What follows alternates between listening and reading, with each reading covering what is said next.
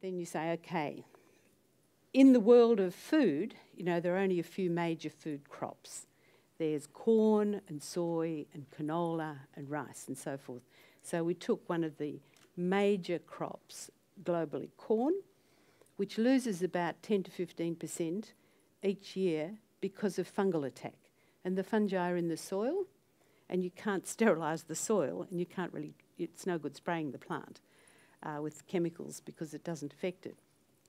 So what we did was then go through the whole commercialisation process to raise money, test it, find a global partner and so forth and put it in. So it's now going into the crops globally. So I thought this is, it sort of demonstrates a few of the points about creativity and innovation, I think.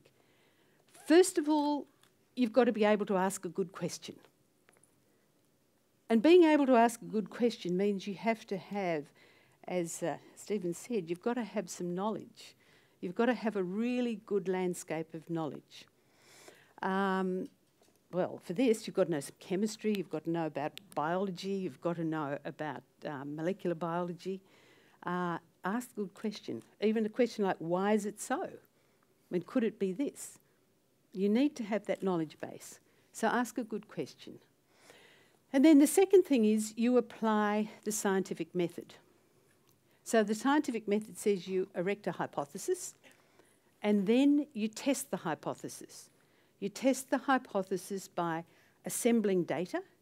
So you might do experimental data, it might be data from the literature, you get through the IT, you use all the tools that you can. Go into the data banks, do experiments, get some data to test your hypothesis. When it doesn't quite fit, you refine your hypothesis. You refine your hypothesis and you retest, and you get more data. And you go through this process until you're fairly secure in what you're doing.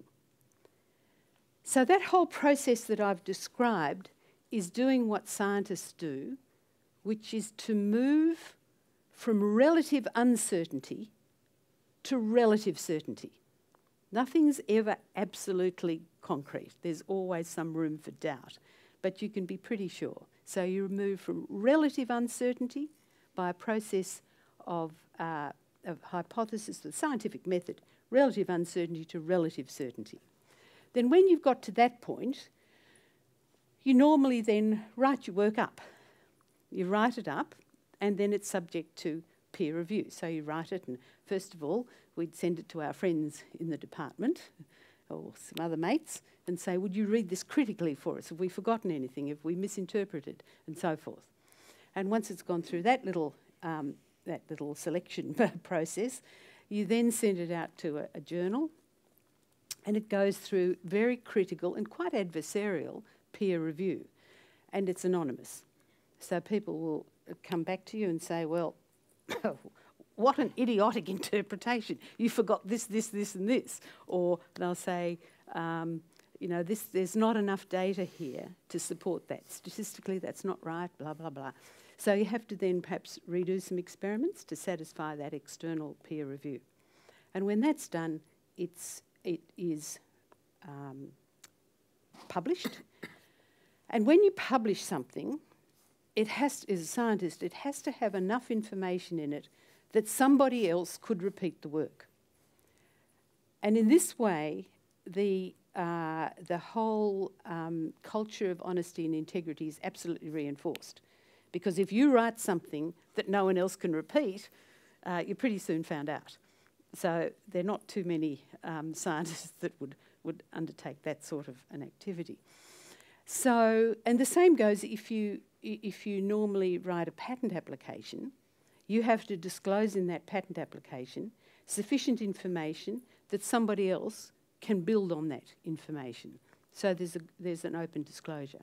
So again, I'd go back and say, first of all, you've got to have a good landscape of knowledge. You've got to have your 3 R's, and you've got to know your tables.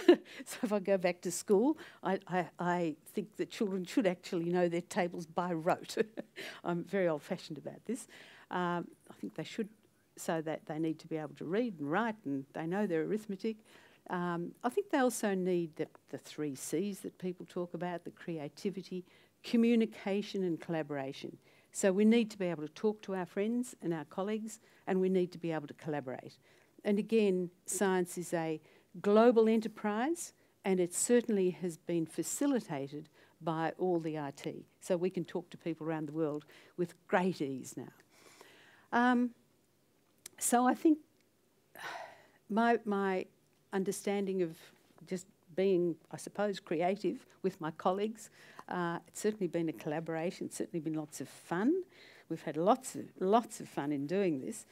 And I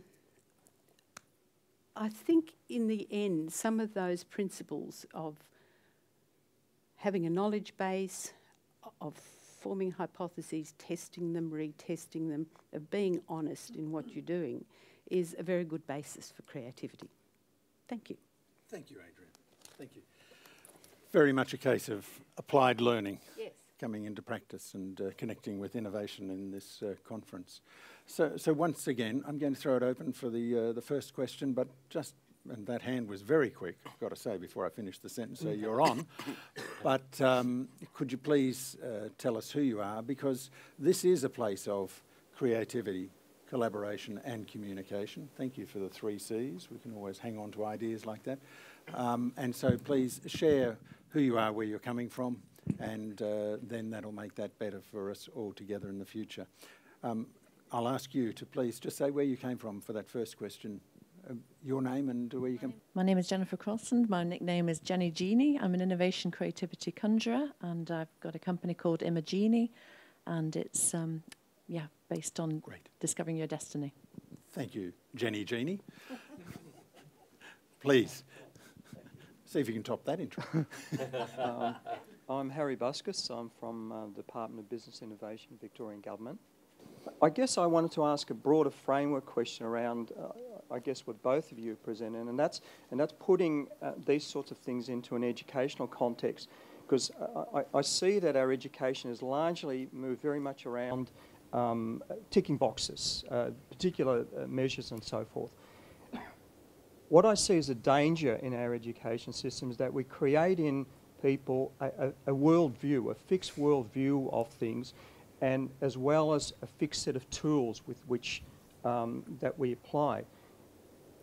I guess what I'm exploring is there a danger that we're creating almost like robotic people that only see the world through that worldview and those tools, that they become, in effect, become their senses, and they substitute the senses that we were really born with, as well as the sort of thinking around that. I guess that's one topic I'd like to see explored, is where our own senses basically take second place to this fixed view.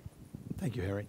I'm just going to ask Adrian to address that in this context, and afterwards we'll open up to a broader forum, but a good question, would you? Well, as I said, I see a very privileged and very specific set of students, the postgraduates and the postdoctoral students, and they are fantastic. They see their tools as ways of answering questions, and what they're very good at is coming up with the right questions. And what we as the more experienced scientists can do is guide them with the framing of the question. And I see them as being amazingly creative, much more than I ever was. I'm just spun out by some of them. So I see them at La Trobe University, where I'm now the Chancellor, but also at the University of Melbourne, where I've been for most of my life, and internationally too. I think at that level, and of course they've gone through, they want to be scientists. So they haven't been forced to be scientists because they're not being forced to sit through any lectures or anything. They're there because they love doing science. They've got a passion about it. And this is another thing about creativity, I think. You've got to have a great passion for what you're doing, and you've got to be very persistent. So now sometimes they'll frame their questions that are, it's not very sharp. And you sort of, as the older person, you have to think, well, okay, they've got to learn by doing to a point. This is not quite right, but we'll let them find out. And so they do a bit of exploration. They think, oh, God, why did I do it that way? They have to do it all over again with a tighter question. So you let them explore, but not explore where it's going to be too expensive. it's got to come back to reframe the question and tackle it much more specifically. So I don't see that we're putting them in boxes. I see them seeing the tools that they have. This is truly the age of biology and IT. I see that they understand the tools they've got. They have to explore what they can do with them. But in the end, they can only be creative by asking really good questions. And that's really the key to doing very good science, is getting your question right. And Peter, I just have to say a little tiny thing. I mean, I did a lot of work in the 90s with Sega looking at children playing computer games. And the short version of a lot of doctoral research was the kids were in a nice cycle of observe, question, hypothesize, test. That's how you play a computer game. It's exactly the method that you need for scientific inquiry. Now, it's really quite interesting. So this isn't a counsel of despair. I think even though we have sat them in rows and made them tick boxes, in a significant other part of their life, they're doing that discovery. It just seems a shame that we didn't put the two together, and we could have made so much more progress with that.